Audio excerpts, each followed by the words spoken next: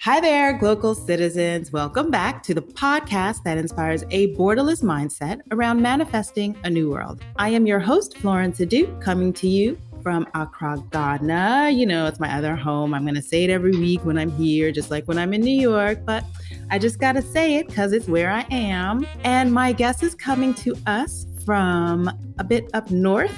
I'll let her tell you where she is. She is a Black feminist researcher, writer, and curator. She holds a PhD in gender studies at the School of Oriental and African Studies, an MA in women's history from Sarah Lawrence College, and a BA in anthropology and African American studies from Rollins College. Her practice builds on theories of racial, gendered, diasporic, and queer formation, Black feminism, Black studies, and her previous experience working at the Schomburg Center for Research and Black Culture. In her creative approach to knowledge production, she uses archives, ethnography, photography, film, and the imagination to curate programs and visual narratives, write essays, and performance pieces exploring the gendered and diasporic dimensions of Black being and becoming. She also creates ancestral altars using family pictures and memorabilia, found photographs, and archival images, West African textiles and wood carvings, crystals, fossils, stones, shells, and other curios. These practices converge in her forthcoming monograph, Amy Ashwood Garvey and the Future of Black Feminist Archives, and Caird Research Fellowship at the National Maritime Museum, curating archives of affect, Black feminism pasts, presents, and futures, as well as an ongoing visual series, Becoming the Archive, Blackness, Gender, Diaspora. Alongside her practice-based research, she works as a curator of learning at the Institute of Contemporary Arts in London and is a member of Feminist Review's Editorial Collective and the Curator of Programmes. Nydia Swaby, welcome to the podcast. Hey, thanks for the welcome and thanks for that reading of my bio. It's something about hearing someone else read your work that's kind of like about what you do that's kind of exciting. I was like a bit flattered and humbled, so thank you so much. Oh, yay! That's so cool. I know, right? It's like you put it, you just never hear it. So it's kind of like, yes, you are a star. We are. Thank you so much for the invitation. I'm really excited to be here to speak with you. It's going to be great. Yay. Thank you. And thank you for accepting and making time. So Nydia, tell us, where are you from? Where are you local? And what is your craft? Okay, cool. So where am I from? I am Jamaican American. Both of my parents are of Jamaican heritage. They migrated to the United States as teenagers. I was born in Chicago, spent a bit of my childhood in New York, but spent my most formative years living in Orlando, Florida. So I definitely identify as Jamaican American, but I much more see myself increasingly as a part of a broader Black diaspora, in large part because I've been living for nearly a decade in the United Kingdom, specifically in London, where I came to do a PhD at SOAS, as you mentioned, in 2012, and then stayed for love, but also because of work, but stayed because my partner was from the UK. We'd met before I started my PhD, and we've sort of built a life here, and I've sort of stayed living in London. But that really, I think, being here and being around like Black British communities and also Black communities that are of another part of the African diaspora in the same way that I am, that's a part of being like descendants of migrants from the Caribbean or of like from the continent of Africa. It sort of expanded the way I situate myself as a part of a broader diaspora. So I claim American in a different type of way now than I did in the past. It's just one of my multiple fluid diasporic identities that frame the way I live. Even now, I would say, because of my relationship with my partner, who is Ghanaian, and I've spent an increasing amount of time in Ghana, I feel like Accra has become a part of my home as well. So I feel like, where am I local? It's a little bit of London. It's a little bit Accra. It's when I'm back in New York. It's when I'm at home in Orlando with my mom. It's very much about like situating my sort of subjectivity as a Black woman that's connected to all these different spaces where Black people live and thrive.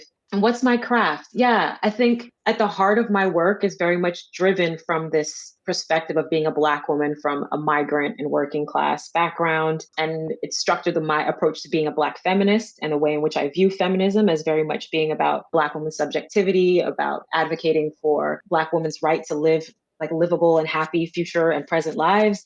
And so that is a driving force behind my craft in the sense that it drives the kind of work that I do as a researcher. I have done archival and ethnographic work around Black feminist organizing in Britain, in the United States, it's also very much international in scope in the sense of, as you mentioned, I'm working on a biography about Amy Ashford Garvey, who was a Pan-African woman who was married to Marcus Garvey. She was from Jamaica. She was born in Jamaica. She lived in the United States. She lived in England. She spent time in West Africa. So that very much structures, I think, the way I think about my craft as well when I talk about being kind of thinking about myself in a broader diasporic sense. So that structures my research, the things I write about. I write speculative writing, practice-based, like performance pieces that are sort of drawn from my response to different archives, Black women's archives that I work with. And also as a curator, I do live programs and also increasingly trying to do like curating stuff around performance and curating kind of educational programs that give people different entry points into what I think of as Black feminist knowledge production, which emerges not only in like the academic context, but also in the form of Black women's poetry and Black women's literature and Black women's performance and art. So really like the thing that drives my curatorial work, and I think my work as a researcher and a writer, is thinking about how Black women's very living advances this idea of like Black feminism as a body of scholarship and as a way of being and living in the world. So yeah, that's what I would say is my craft.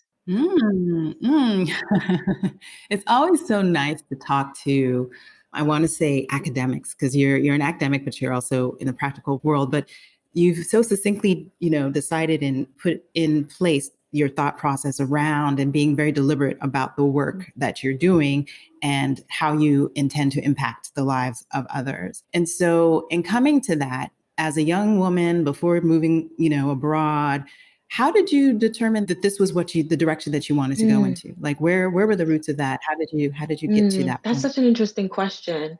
Because I think we don't often think about like our genealogy or like our kind of personal background in the way that you're asking us, like, especially as academics, as being so central to the research and the work that we do. And I think as Black women academics, oftentimes you come to a point where you're sort of challenged on whether or not your research is valuable, because it can be, especially if you do work on Black women or Black feminism, because people are like, well, is that not just looking at the personal? How is that academic work? How is that research work? Like, how is that really, but for me, like the things that have structured my path is very much like, growing up in a single parent, migrant, working class home, the kinds of things that my mom, the limited resources that my mom had and the way she exposed me to things as a result of that. Because libraries were free, there were always activities happening at the library, spending time with books, borrowing books from the library was such a critical and important pastime that my mom could give to us with having limited resources. So reading, the things that really inspired me and framed my thinking was like early engagements with the work of Toni Morrison, with Alice Walker, with Jamaica Kincaid. Like it was very much literature and the writing of Black women that gave me a way of thinking about other experiences that were not my own, but that were very much connected to my lived reality and understanding of myself as a Black woman and as a young person. And then, that kind of builds up to me, that sort of being in the background of a broader interest in studying and understanding the experiences of other Black women, such that by the time I was studying anthropology as a BA student at Rollins College, I was particularly interested in looking at the way that Jamaican Americans and Jamaican American women in particular engaged in kinds of code switching, because I grew up with, hearing my mom speak one way in the home, and if she answers the house phone, she might her whole way of speaking, or calling my mom at work. No, my mom spoke Patois in a certain type of way of speaking at home, and then calling my mom at work and hearing her speak to me and then talk to her colleagues in a different type of accent. And so I really had this sense that, Black women are always, I think people who are migrants in general are engaged in a kind of code switching and a kind of sense of, thinking of W.E.B. Du Bois's idea of double consciousness, where, you like have a recognition that there are like multiple versions of yourself that you're drawing on at any moment. So by the time I am a BA student and I'm reading some of this stuff that has a theoretical grounding, I'm like, this is my life. It's just the way that I've grown up.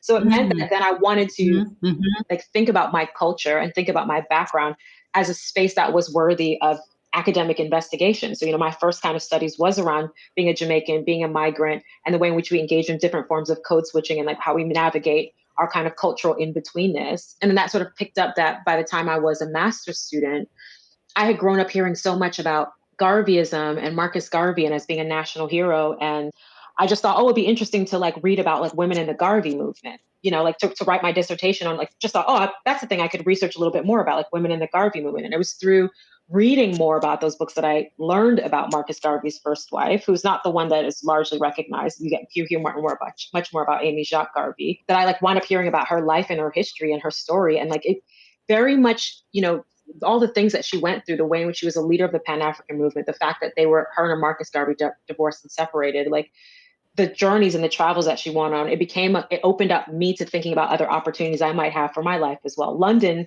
became something that was available to me, even though I had cousins who lived in London. It became available to me because of my research on Amy Ashford Garvey. I had to come to London to do research in an archive on her life because she spent time living in the UK. And it was when I came here that I looked around and thought, oh, like London could be a place for me as well. And I then decided to apply for a PhD to study in London. And I was particularly interested at that point in thinking about the Black migrant women who would have migrated or come to the UK at a time that my mom would have migrated to the United States, and understanding the conditions and the context of their life as being a part of the diaspora that I'm a part of. So that informed the PhD research that I did. And I wound up doing work around Black women's organizing in the UK from the 1970s to the present. And it was about also wanting to be a part of a Black feminist movement that was longstanding in the UK, but also wanting to be a part of the different activist and community organizing that was happening at the time. So that was very much, framed in my PhD. If you see what I'm saying, it all sort of built on like a kind of very personal, very personal trajectory. And then now I have the privilege to be in a space where I'm getting to return to that early research I did on Amy Ashford Garvey, to write a book about her. And I think this book very much reflects both her archive and her story, but also my work as a researcher and trying to tell her story and the places it's taken to me. So there's a bit that's historical, and then there's a part that's autoethnographic. As you know, Florence, when we met, I was sort of in Ghana doing a bit of research on Amy Ashford Garvey's time, the time that she spent living there. So the book is also about the places that I went to find out stories about her, because I think that is just as important to the research and to the excavation of her story, about like the lengths that one has to go through in order to tell the story about a woman like her, whose life is sort of at the margins of history, but is so central to Black diaspora study, to Pan-African study. To tell a story about her is to tell a story about so many things that frame my life as a Black woman, that it feels like weaving in and out between my journey as a researcher, the places I've had to go to tell her story, and also talking about the places she had to go to as a Black woman to be the activist that she was. They've become deeply interconnected. So for me, I think, you often hear feminists talk about the personal being political. And I think that very much resonates with the way that I live, about like the personal being political and the personal being professional. Like very much the work that I do is entangled with my broader freedom dreams as a Black woman. I often say I want to work as fully who I am. Anything that pays me, I want it to be based on who I am. I don't want to have to fit into a box. I don't want to have to be different than who I am. I want to speak in the way that I speak. I don't want to have to fit into a framework of what it means to be professional. Like I jokingly say, I want to be just a professional Black woman. That's just me coming in, embodied who I am at all times. And I feel fortunate to be in this place right now where I can, yes, have jobs in institutions, but I can also be in them, but not of them, and really focus on the work that I'm doing to create. I mean, frankly, I hope that my work is creating a kind of broader, safer, more creative and imaginative world for other Black women like myself. But I'm hoping that I'm doing that through my research by, drawing out the stories of Black women whose lives have been at the margin, but who are so central to the way that we live today. I love it. And the thing you said is just the freedom to be and be who you are wherever you are, right? Because that is often a huge challenge when we work for others or with others. And I want to ask you a little bit more about biography. So when I was in graduate school, I happened on a biography project with one of my professors. And so we went on this journey all through graduate school. And then after, unfortunately, he passed away during the process of creating it. He was the writer, I was the researcher, right? So I had access to all of these archives. And the subject was Robert Weaver, who was the first Secretary of HUD, first Black cabinet member. He was the Barack Obama before there was Barack Obama. He was the first of those things. And so what I loved about the work and what kept me intrigued is that I don't know what it was about him or who he was, but he kept immaculate records. Like we had rooms, part of the work was going into his apartment and basically taking everything out, moving it out, sending things to his family. But it had letters from, 4 presidents, 5 presidents. It had, books of clippings from the 1940s through the 1980s, right? So it was all this information. And so as he was writing it, I was kind of, challenged with kind of understanding, how do you go about writing a biography when you have all of this potential information? But then you don't necessarily have the person, right? Like you don't have the person to talk about that. So I feel like I love the way that you're going in the direction of kind of bringing it to the kind of autobiographical sense in terms of how you came about doing it. And so in terms of preparing, what kind of things have you done to prepare for writing besides, looking through the archives, but prepare for writing a biography? That's a really good question. Well, I think one thing, maybe this is sort of stating the obvious, but I just spent a period of time reading the work of other Black women biographers who are writing biographies about other Black women, So I think the one that comes to my mind right now immediately is Imani Perry's biography about Lorraine Hansberry.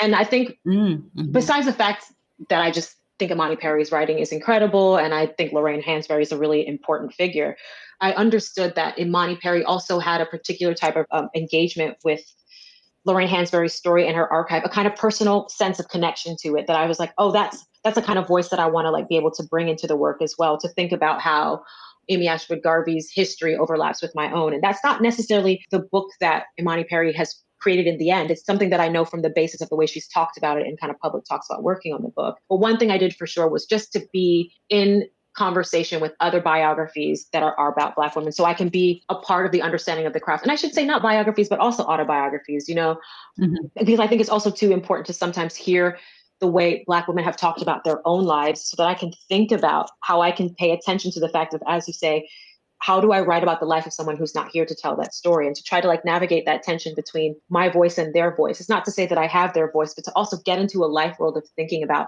how would Amy's want her story to be told. So in one way, it's about really researching different methods and approaches to this kind of craft, to writing biography. And I think the other has been to approach her archives with a kind of emotional approach to it. And what I mean is to not just like read it for what it is factually there, but to like feel what is there. There's certain times where when I'm thinking in particular about like reading some of the papers, some of the letters she's written to some of her friends towards the end of her life.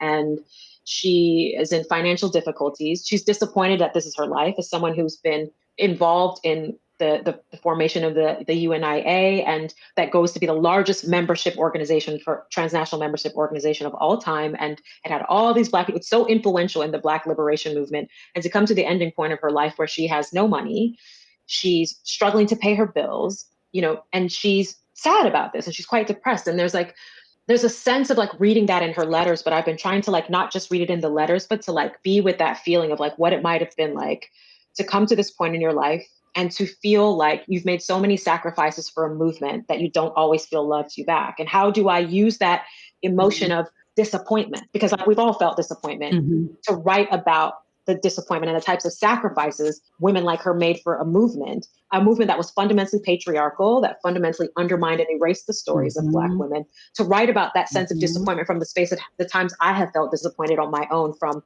life not turning out to give me the things that I thought I was going to get by working hard. As a migrant kid, my mom would also often say things like, you have to work 3 times as hard as them. And we know who the them are in that sort of narrative. And I reached a certain point in my mid-30s where I realized that that's actually not true. Like, I can work 3 times as hard, but there's structural racism, there's sexism, there are all these things that become barriers. And so I understand that disappointment of hard work doesn't always manifest into the things that you hope, even when you try your hardest, even when you feel like you've earned it. And so that's something that I tried to like draw into my writing around her, is to remember her humanity and like to try to draw on my own human experience and trying to narrate that. And that's where I think the idea of the speculative and the imagination comes into the work that I do, And I guess even more than just imagination, it's about feeling. It's about using those types of sentiment and emotional feelings to try to tell her story.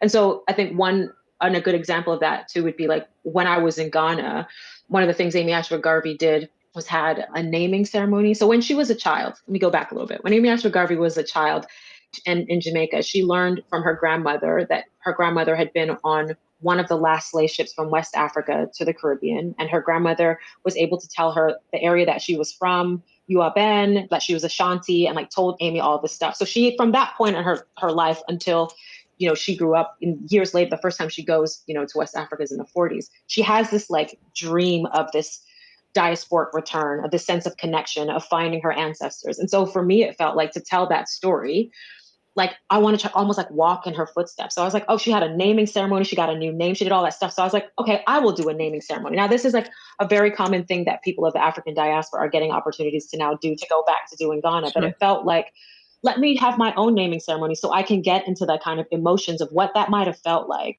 for her to have that kind of sense of homecoming, and then use the feeling that I had from doing that and the way they welcomed me and what it felt like to have the kind of ritual and ceremony aspects of it, to be dressed in kente, to think about her having that same type of experience and use like to be able to describe like the chills on my body that I felt at certain points, to think about her in that same space. So that's why I think autoethnography has become a critical way for me to write her biography, in the sense of trying to replicate some of the things that she did. I went to that village that she went to. I tried to speak to, I had very amazing conversations with people where her legacy is held in oral histories, even if it's not held in an archive that's at Mancha Palace.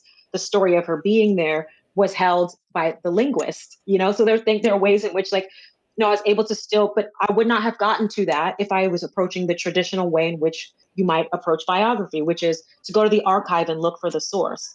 But by approaching it from saying, let me try to walk through her footsteps, if you will, that allowed for me to experiment with the idea that quite often Black women's stories and our histories and our archives are contained in memory. They're contained in things that are much more ephemeral. It's not always going to be in a traditional archive where you go and it's just records and records and sheets, even though I think there are stuff that I'm fortunate to have collected. But with her story, it's much more about trying to follow her path, if you will, try to be in the places that she is, try to live. I spend time going to the area in London that she lived in, walking up and down those streets, try to imagine what it was like in the 50s. I look at a lot of photographs from where she grew up in Port Antonio, Jamaica as a child. And I'm hoping to go to Jamaica in a bit to visit the area where she would have lived, just to try to use, I guess, feeling and embodiment as a part of the way in which to tell the biographic story. I like that. So thinking about place, I want to ask my why the where question. So we know that you ended up in London because of school,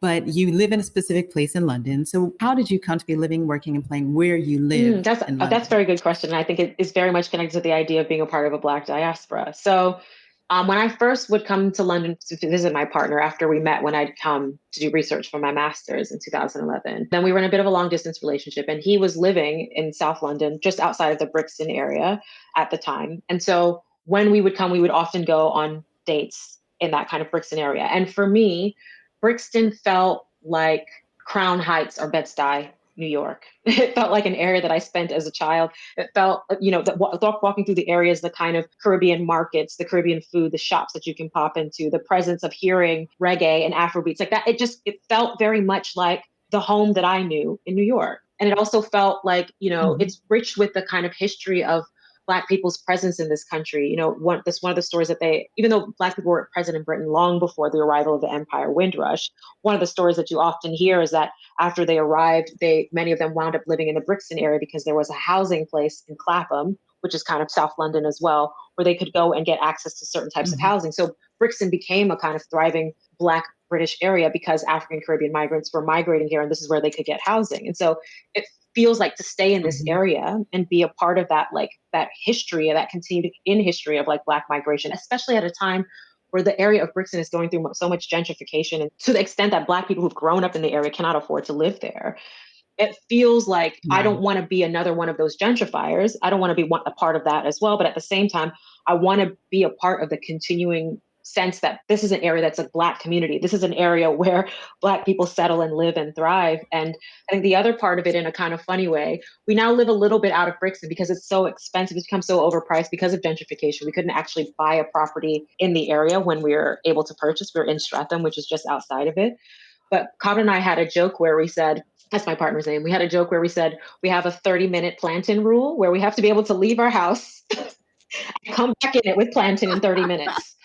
It's imperative. We're because that's a food staple. And that's how I know I'm in a place where my people are. If I can walk out of my house and go get plantain and be back home to fry it in 30 minutes, that is a place that's for me. That is a space where I feel like my culture and the way that I want to live is represented. So that's how we decided to buy a property, but it's also about wanting to live in an area that I think represents the kind of the Black diaspora space that I want to be a part of while living in this country. Sure. I love that. A 30-minute plantain rule.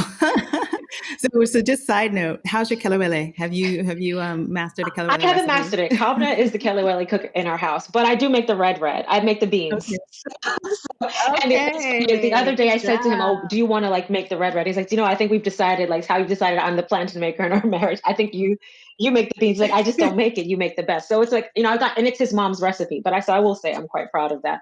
but I've given up. I've revoked the plantain frying because I've discovered that he's way better at plantain is a real art. Frying it is a real art. And kelewele is getting the It seasoning to is. stick to It it without is. it being burnt is also an art.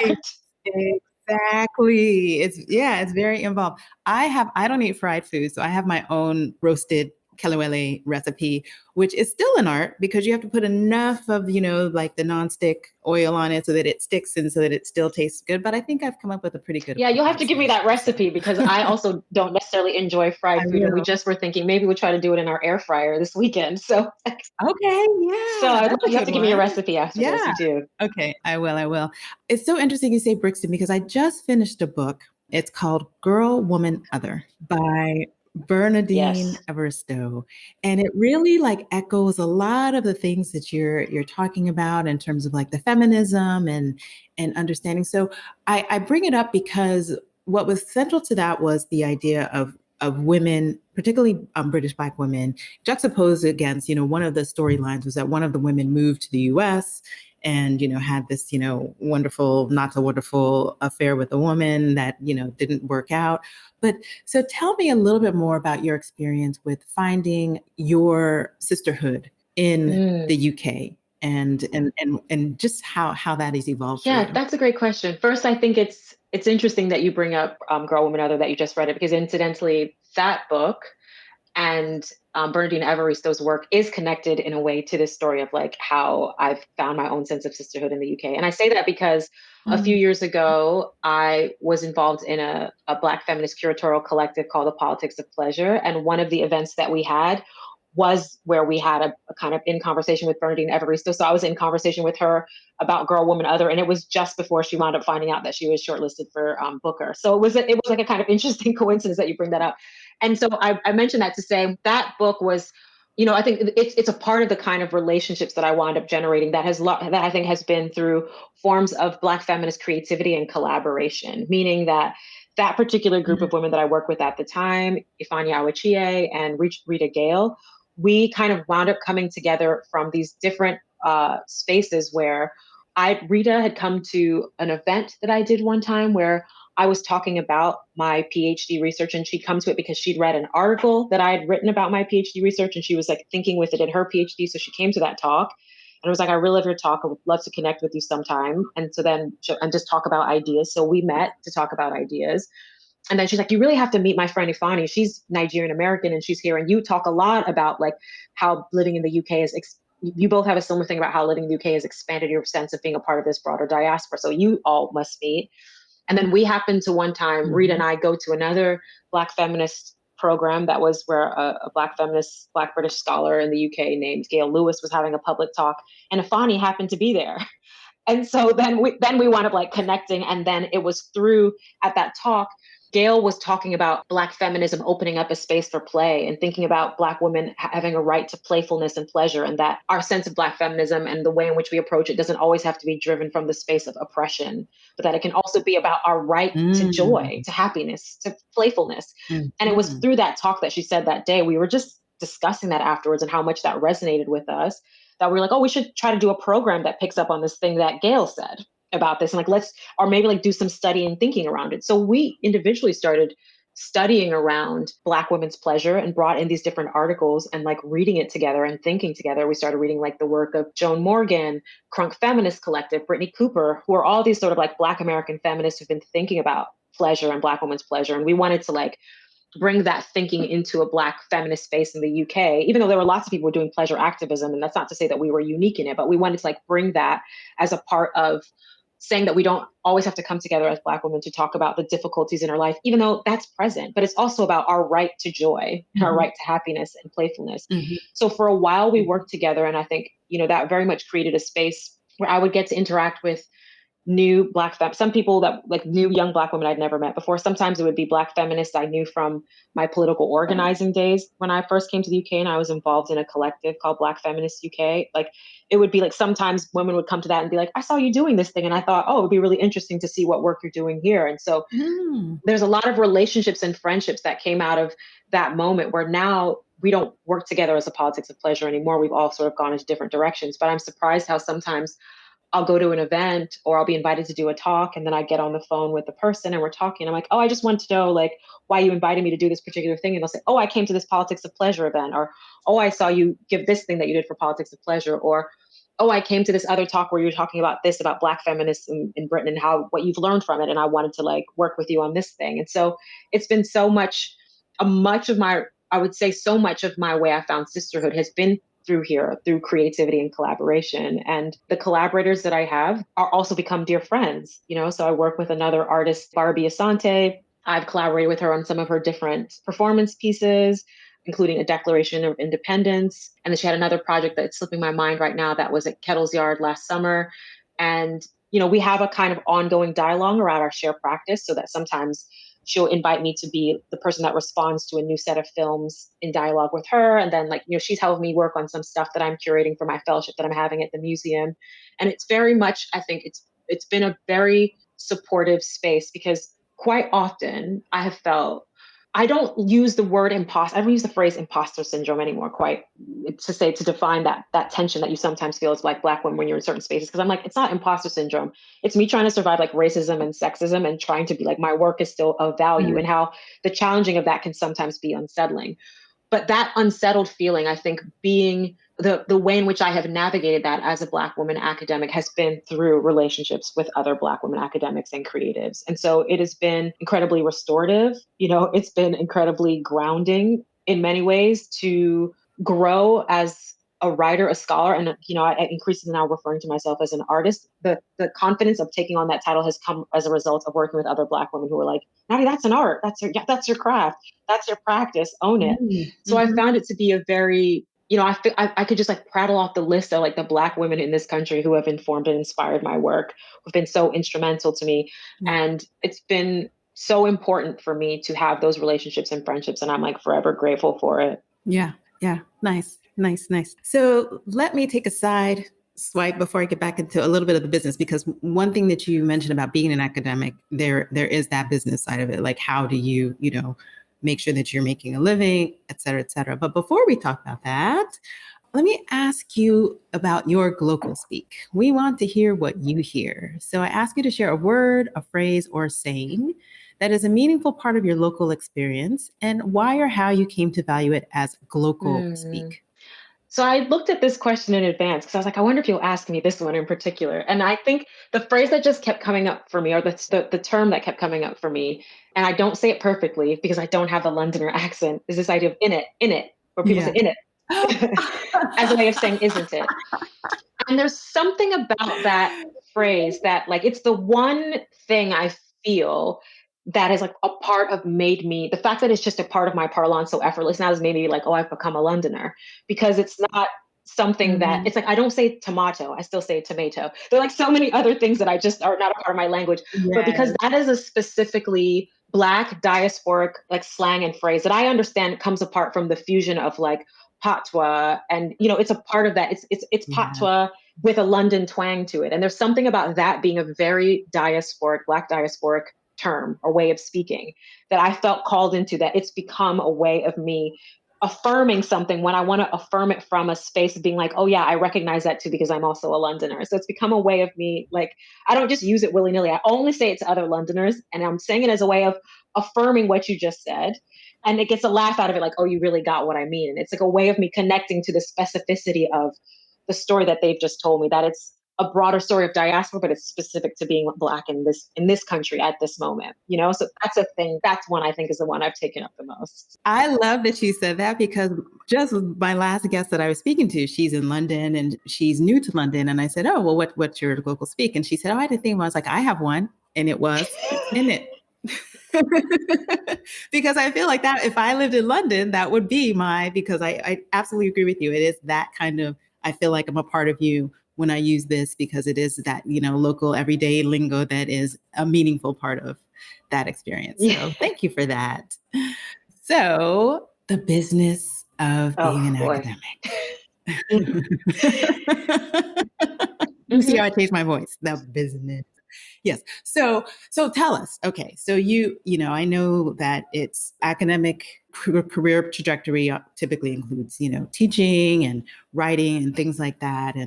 And so you are a bit of kind of a little bit more than that because you're in the art space and you're also in the academic space. So give us some insights into how do you fund and stay, solvent in terms of, being able to buy that home, being able to, contribute and just feel like empowered economically as an academic in a country that's not your own, right? Because there's also that aspect of it. Tell us more about that aspect of that's who you are. It's funny, that question, in part because just this week I was in a text exchange with another Black American woman academic who's done her PhD in the US. She's actually got Ghanaian heritage as well. And we connected because she'd seen me as listed on the SOAS's website as a PhD student there. And she contacted me to say, I'm interested in coming there, but to do a PhD, but I want to know what your experience has been there as a Black American woman. So we met before she applied for SOAS. Like, I helped her with her application and so on. Kirsty Koratang is her name, so I should say it. So I gave her out here. And so we were just in a conversation recently where she's finishing up and she had just applied for a job and she got the job opportunity. And we were just talking about salaries being really low. She's like, does this seem low to you? Or like, are they lowballing me? She's just asking me. And we were in this conversation where I had to be like, the thing I realized is that, one, the academic jobs in the UK pay significantly less than academic jobs in the US. Now, I recognize that the cost of living in the US can be higher for a variety of reasons, from, what the things cost when you go into a CVS, from having to pay for your own insurance, there are other costs of living, but there's something about the kind of financial value that's placed on being an academic or being an educator in this country that I think is very, very low comparatively. That's the first thing I will say. So we wound up in this conversation around like how to navigate that. And I was saying to her, I think you have to approach it in the way that I've approached my first job after my PhD, is like, this is just a stepping stone job. This is not going to be the job that pays my bills or sets me up for the future that I want. I have to just make this job work for me for a certain amount of time and make it stretch in certain ways. Sure. And I have to also be developing my own practice and my own stuff alongside of that. So that has been, so that was the advice that I was giving to her. And I was like, but that is not something that is an easy thing and it doesn't come without another type of sacrifice. I had to say, it's meant that I spent a period of time where I sometimes legitimately work 7 days a week. And I don't think that's necessarily a good thing, because in order to do all the different strands of my work, but I was saying, but I'm doing that in the short term because I believe that in a few years' time, I'm going to be in the place where I will be able to say I work exclusively for myself independently as a Black feminist academic and a researcher. And these are the different strands of projects. And I determine my own time and how I do that. So right now I'm in phase 2 of taking that plunge, in the sense that I got research leave from my job at the ICA. I applied for funding to be able to support my independent research project. I got this fellowship where I have like the space to be able to fund me working on this book. I worked with an editor for my book that paid in advance, where most editors do not pay that, and like made a point.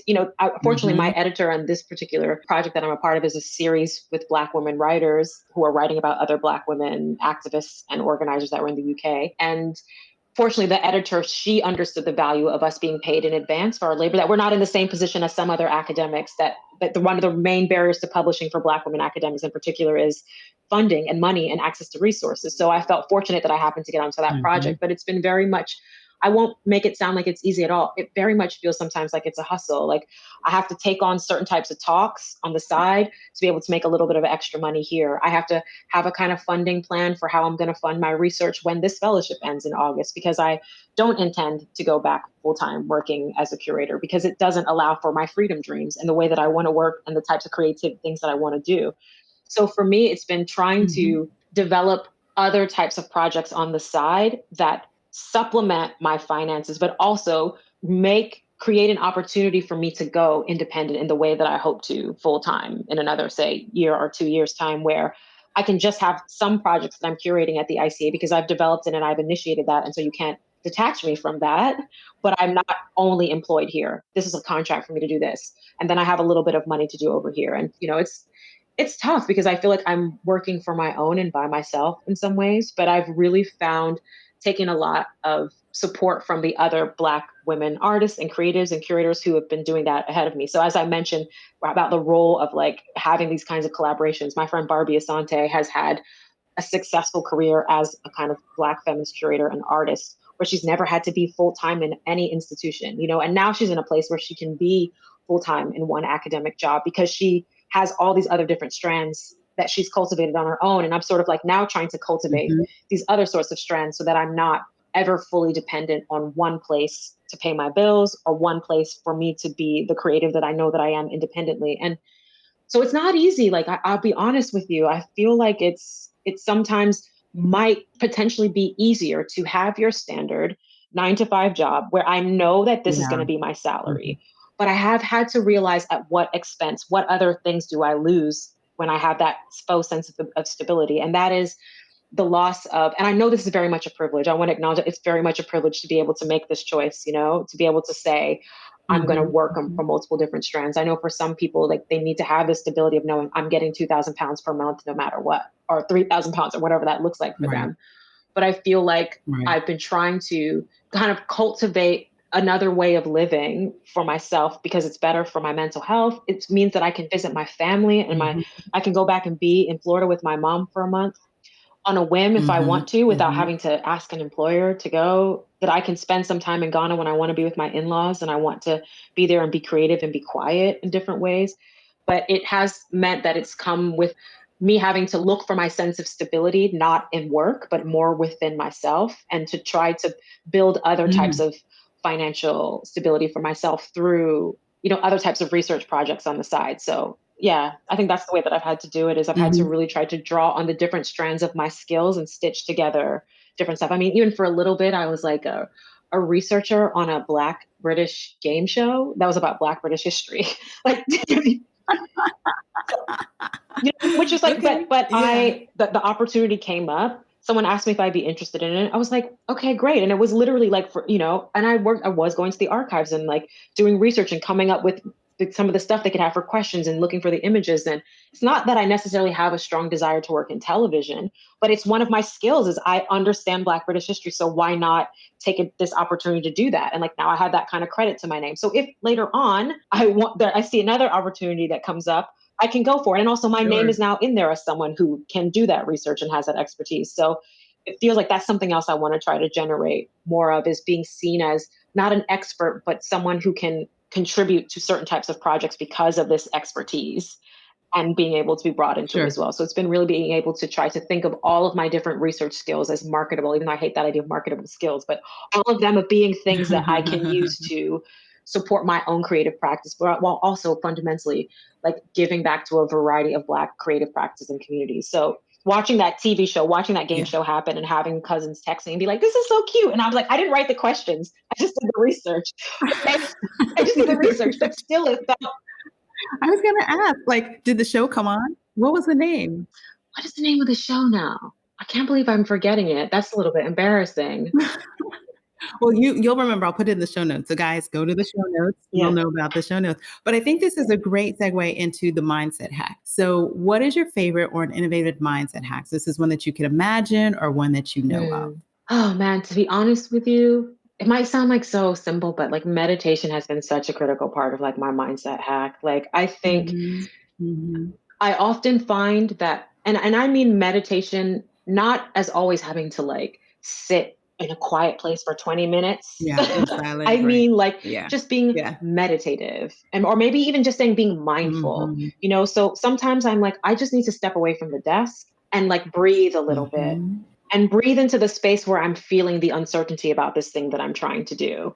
And like let like breath be a tool that helps me to move through it. Or sometimes it's movement, like honestly, sometimes in the middle of the workday, I'm like alone in my apartment dancing to Afro beats for 30 minutes to just like free up some of my get my creative juices flowing. Yes. So like a lot of that, like, so it's about, and I think maybe the way of saying it then is it's about getting back into my body and out of my thoughts. Maybe that's the mindset hack, is remembering that that my body is an important part of the way that I think and feel. I remember one time I was giving a talk and talking about the way I use embodiment in my research and think about, how the wind felt on my skin as I walked up to this archive to do research on Amy Ashwood Garvey being just as important to the story as saying what I found in the place, because that's a part of the excitement. And I had this student say, I really like the way that you say that, because I had a lecturer who said to them, academics forget sometimes that they have a body. We spend so much time in our head thinking and processing ideas that we forget that we have a body. And that was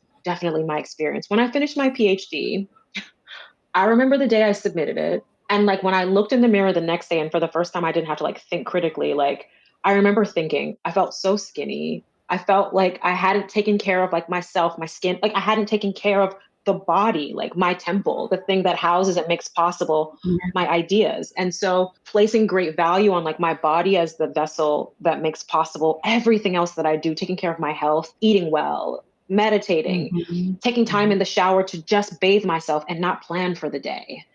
Like, Mhm. like things Mhm. like that Mhm. have, Yeah. have become my mindset hack, that remembering that caring for my body is as important as thinking about the things that I need to do. And so that might mean that sometimes I go for a mindful walk, I meditate, I lay on my yoga mat in child's pose. It's like about sometimes coming out of my thoughts and coming into my body. And I found that as that has increasingly become a method of my research, it's become something that I've become even more clear that that's very important to me, having a clear head and clear thoughts about the work that I'm trying to do. I like that. Yeah. And it's so true. So true.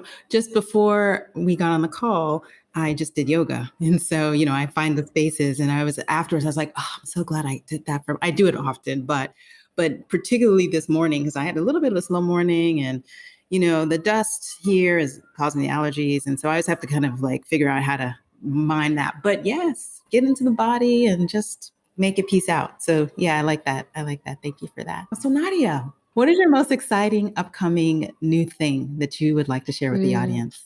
I think it is probably this book that I'm working on about Amy Ashford Garvey. I mean, Mm-hmm. I do have the stuff that's coming out of my fellowship where I hope to make, some moving image works out of the research I've done on the archives there. And I'm like excited about that in one way. But there's something about working on this book and what I think it might do for both telling Amy Ashford Garvey's story, but also thinking about methods for doing Black feminist research and Black feminist work in archives that I'm excited about. Not to say like that I'm necessarily advancing something new, but it's more to say about celebrating the fact that limitations in the archive doesn't limit what we can tell and the stories that we can tell. That we can find traces of Black women's stories in the margins of archives, and that we can build on that, because the knowledge of how we acquire that information and how we feel about doing that work, I think is just as important to her archive as the facts that were contained within it. And I think I'm particularly excited about that book because I'm excited to tell Amy Ashford Garvey's story. She was incredible. She was a woman who I think felt a lot and had a lot of grief and had a lot of passion. She had a lot of adopted children. She was involved in a lot of different important political struggles and movements. And I'm excited to tell her story because of that. But I'm also really excited to talk about the way in which her story and doing her story has informed my own subjectivity as a Black woman, as a part of the African diaspora, as a researcher. The sort of story how I said to you, I wound up in London because I came here to do research on her for my master's. And that completely changed the trajectory of my life. And I think so often when we create work, especially academic work, the way in which we are transformed as a researcher is so removed from the final product. And I think I want to bring those things. I'm really excited about bringing those two things together to say that not only is her story important to tell because she is important, but it's also important to tell it in this particular way because I think we need to be more honest about how researching and studying people can transform your own understanding of yourself.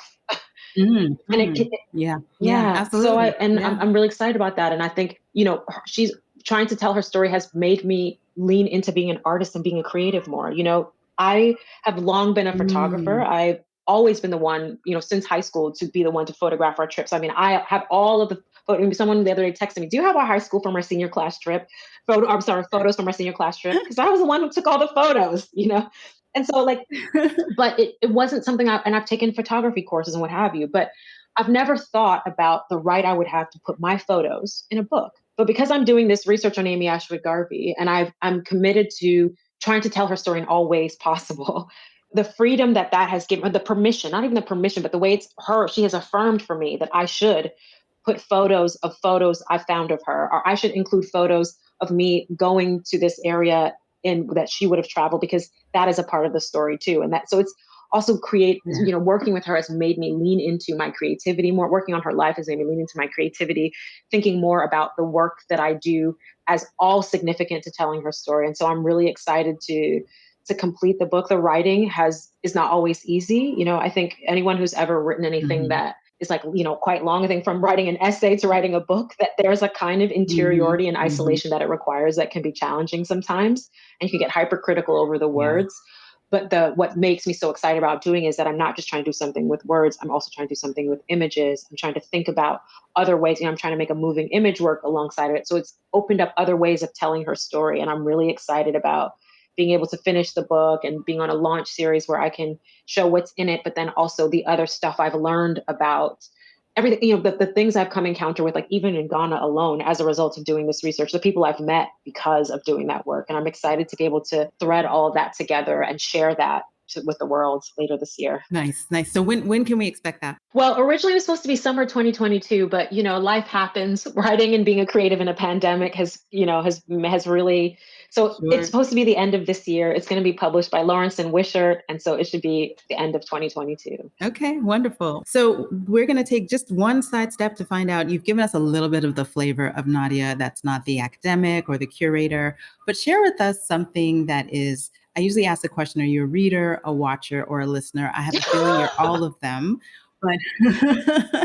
But please share with us some of your most interesting reads and watches and listens recently. So I recently started this book by a Black feminist scholar called Catherine McCritchick that's called Dear Science. And what this book has done for me is, because it's a collection of ideas and observations she's been making throughout her academic career. And it's like an unconventional academic text. It's like citations, random musings, photographs, and so that book has been really exciting to read, especially as I'm leaning into like the creative ways we can do academic knowledge production. That has been really exciting to like be with and read. And so that's a book that when I have a day where I don't necessarily want to like do work, but I want to work, but do it in a more pleasured way, I'm like, I just take this book and like go out to my garden and read it for a bit. And it still feels like I'm in the realm of, creating knowledge. So I would say that is definitely one of them. I just finished listening, and I also am a massive audiobook person. I love listening to audiobooks. I just finished this morning The Sex Lives of African Women. Oh, okay.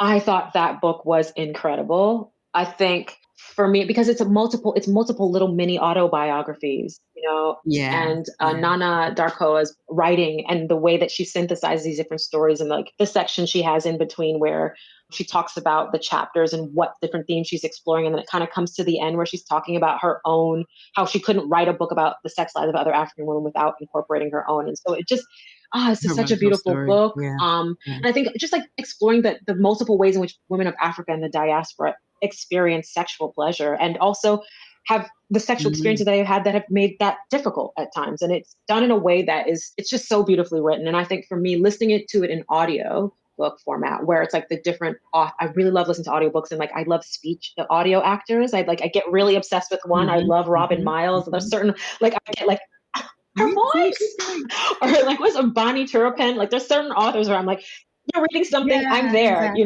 like I don't.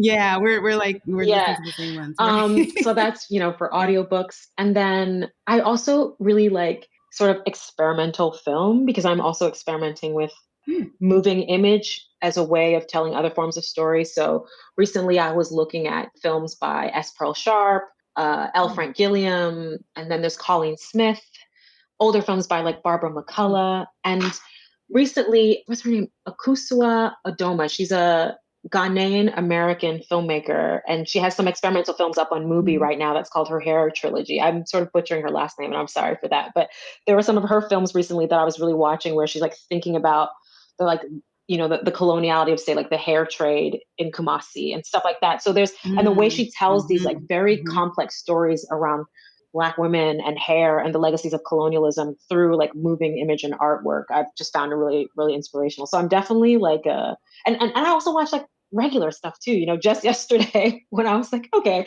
I'm done with work for the day, I watched Master, which is a new movie directed by Mariama Diallo, and it has Regina Hall as one of the lead actors. I just love Regina Hall. I think she's an incredible actor. So even though I'm a little iffy on the whole genre of, like, let's make a genre out of the horrific experiences of like being Black on like a white university campus, whatever, I'm kind of over that genre. Like, there's been so many of them since Get Out came out that I found to be just, for lack of a more nuanced way of saying it, trauma porn, which I'm just like, this one I found it more nuanced. I watched it because Regina Hall is in it. And because I was like, it's a Black woman director. I'm going to rate it. I'm going to watch it. But I found it to be like more nuanced and more attentive to that without it being fetishizing our pain in a particular way. And so, I also watch those types of films as well. Yeah. And one thing I'll have to say is I often return to Black classic films. I cannot tell you how often I've watched Daughters of the Dust. I've watched that so many times. And sometimes, honestly, when I'm writing and I need a bit of ambient sound, the days where like if you're working on something, it's better to be in a cafe than be at home. But I just sometimes can't leave my home because it's taking too many books. I might literally have Daughters on the Dust playing in the background because it's like the sound and the imagery, and I can like get into the life world of that. And so there's certain, I think, and oftentimes reading, listening, writing, watching, they all lay on top of each other for me because they're all modes of creative expression. So those are the things I'm all kind of listening and being with at different times. We got rich show notes, folks, this week. So please, please, please, please join us for that. So Nydia, thank you so much for joining us this week on the podcast. Do you have any last words to share with our listeners? I think I would just say like how much I have appreciated this opportunity to reflect on my work and my practice and my thinking with you, with another person, Black woman who's sort of like had this kind of global, local experience as well. And the kind of questions that you've asked have really made me think about how I situate myself in a way that I understand, but I don't always articulate. And I think I'm like I just want to sort of say thank you to this for the opportunity, and thank you to the listeners who are listening to this. It feels like it's been an honor to be in conversation with you, and like a great opportunity to reflect on how and why I do the things that I do. So I think that's the thing I would want to say, is that I'm really appreciative for this opportunity. And thank you. Yay. And we all say thank you too. We're going to be looking forward to your books, all of your works. Again, show notes, folks. So listeners, this has been another episode, and I love that this is the culminating episode of our Women's History Month, Tribute to Women, Her Stories. I just love it. It's such a fitting conclusion. And we always love to have dynamic women, obviously, and we like the men too. But for this month in particular, we always like tribute to her stories. So you can catch this episode and every episode each and every Tuesday at www.glocalcitizenspod.com, wherever you get your podcast. Please like, share, subscribe, give us a review. That would be great. You heard Nydia say she watched it so she could rate it. So please do that. Go to Apple Podcasts, Spotify, wherever, and rate the podcast. That helps people find the content. So until next time, folks, bye for now. Bye.